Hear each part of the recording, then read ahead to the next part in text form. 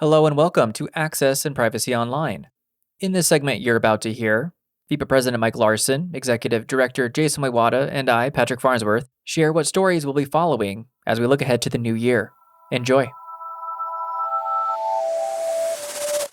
I think something that's been sticking in my mind because it's been coming up in some of my other research that I do, mainly out of the US, but kind of looking at how these laws that are coming up, it was mentioned in some of our recent rundowns, but there was a recent legislation that just was enacted in Australia where they basically do a social media ban for, I think, 16 and under.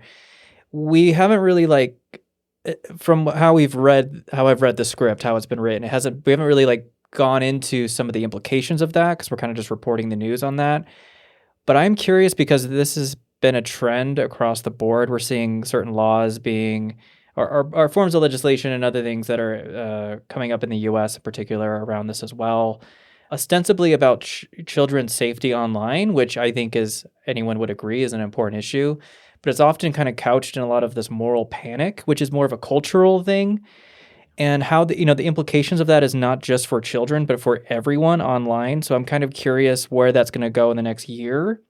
It's somewhat of a complicated subject, but regardless, it is, dealing with privacy issues and age verification and all of this stuff. I'm really curious to see where that's going to go and how that's going to manifest in Canada, if it does at all, what's going to happen there, because obviously what's happening is governments are observing what's happening in other places and seeing what laws are being enacted there and creating their own versions of that in their own countries. And so that's something that I'm really just curious to see the direction that's going to go in particular. Yeah, and then, just some of the stuff that's really started in this past year and just spilling over into the next year, regarding these bills that we've been really focusing on in Canada. And so, yeah, that to me is just not super specific, but, just generally speaking, just seeing how these trends. And I think the fact that we're going to do this podcast and continue to do it at the pace that we're doing it allows us to kind of slow down and look at the details a little more. When anyone who's just sort of reading the news or listening to podcasts to get the news, it's a bit overwhelming. So I think having sources of information that are a little more measured and take the time to go over the details is going to be increasingly more valuable for the information consumer, the person who's analyzing this information. Just having sources that are measured and calm as things get increasingly more chaotic, seemingly. Good points, Patrick. As someone who teaches courses on moral panic and media literacy, I'm happy to hear that mentioned. Yeah. And this is a true challenge, right? Because if you look at the expansion of surveillance powers that infringe on civil liberties and have increasingly intrusive capacities to gather personal information, quite often these are rationalized as measures necessary to protect young people, right? To address online harms, and particularly with an emphasis on youth. And indeed, pretty much every expansion of police powers, throughout the last 50 years is justified by a need to provide further protection for youth, including in terms of things like drugs and other domains like that. But the danger with that is that, of course, we do have this completely legitimate, very reasonable expectation that governments will play a fundamental role in protecting young people. Who doesn't want to protect youth?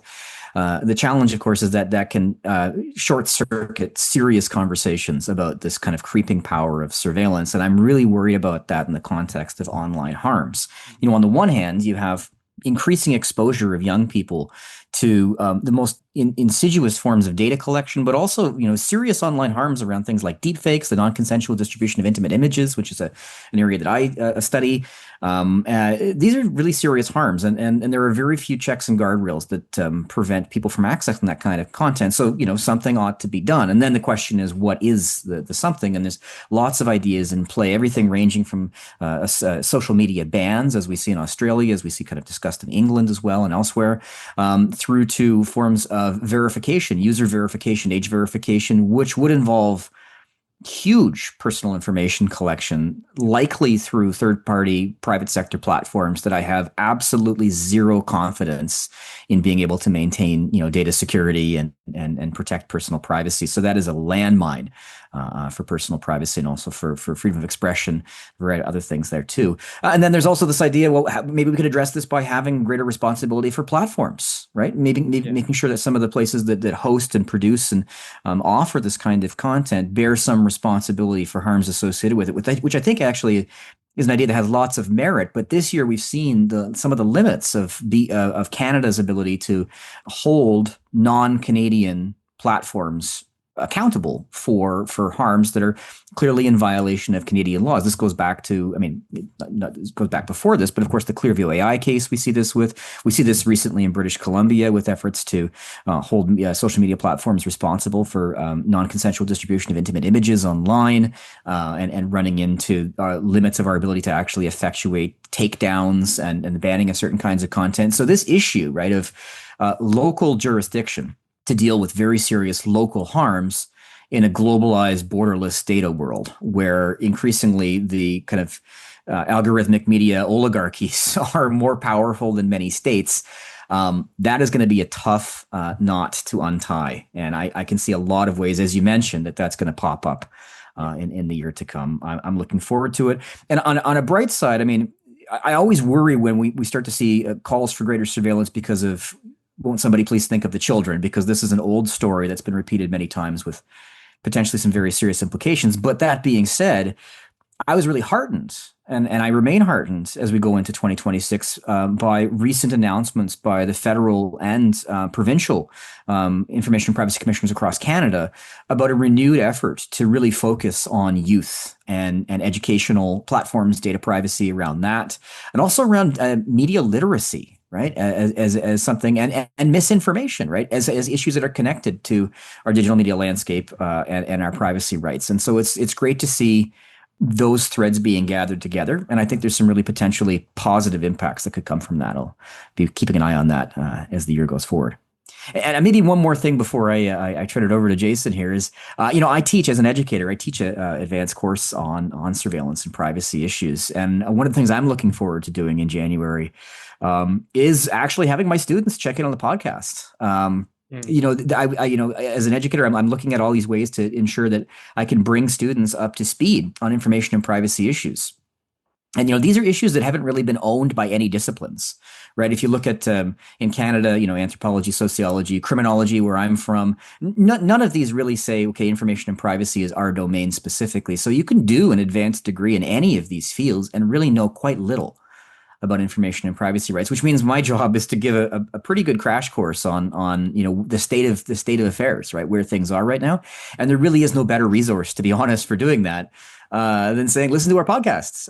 We summarize, all the best stories, all the most important things that are taking place on a weekly and ongoing basis. So as an educational resource, there's no competition for that in the Canadian stage right now. And that's, I think, a good reason for a feather in your cap, Patrick, and for the team.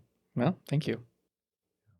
Yeah, and I think as we're looking at known unknowns and there's going to be this whole dynamic of the election or elections this year, right? And things in 2026 that we aren't quite sure about, right? Like you get into this known unknowns and the unknown unknowns, and we don't know if there's going to be an election in BC. Can I say I didn't know that you were going to be quoting Donald Rumsfeld in this podcast, but thank you for that. It predates him, but you're welcome. It's come up a couple of times. Every once in a while, I get to drop it. Yeah. But yes, and it's always good to be aware of those types of comparisons. But yes, like BC's provincial election, a possible federal election in Canada again, a possible federal majority rather than a minority government. Like these are all dynamics that are going to be playing out on on the political scene here in Canada that have massive implications for access and privacy. And that's before we start considering Alberta succession. Or the discussion around that. Because regardless of the Alberta succession debate, the Alberta legislative and legal frameworks have definitely been aligning more to a U.S. stance and position in terms of the implications to personal information and access to information from the state and from the province in that respect. And those have far-reaching implications across the rest of Canada if we see those changes echoed in other provinces and treated as aspirational rather than cautionary.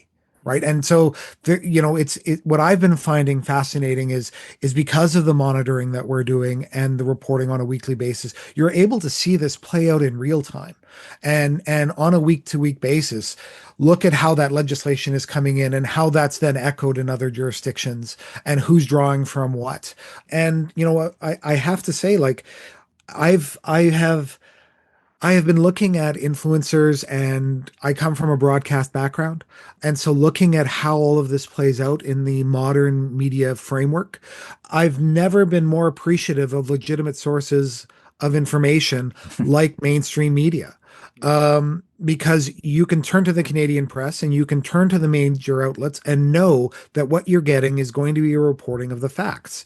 And it really speaks to how certain elements that are trying to drive propaganda and particular narratives will work to undermine legitimate sources of information, whether that be academia, whether that be mainstream media, and whether that be the government. And it's important, I think, that when I'm looking into 2026, that we continue to recognize the importance of civil society and what that means living in a community where we're all trying to get through as best we can, and keep making those changes. So there's a lot of things there I think that we can sink our teeth into. This Bill C4 is going to continue to be a major driver for us into 2026. I know that already. And then with these other elections that we're looking at, those are going to be major factors. And just the growing influence of AI and everywhere I've gone in the last 6 months, and I know Mike and I have been talking about this, data sovereignty is increasingly coming up and relevant to people because they want to be able to control their personal information. And governments are going to be remiss if they don't recognize that shift in public concept around this, because there is a general unease that is settling into Canada in terms of the US and how much information we store there, who has access to it, and why. And the US is no longer framed as an ally that is absolved of and always defaulted to. I don't think in a Canadian perspective, I view the US as any more safe for my personal information than Russia or China or other foreign powers at this point, based on where their information may be. And this is played out in a whole bunch of debates and ongoing discussions.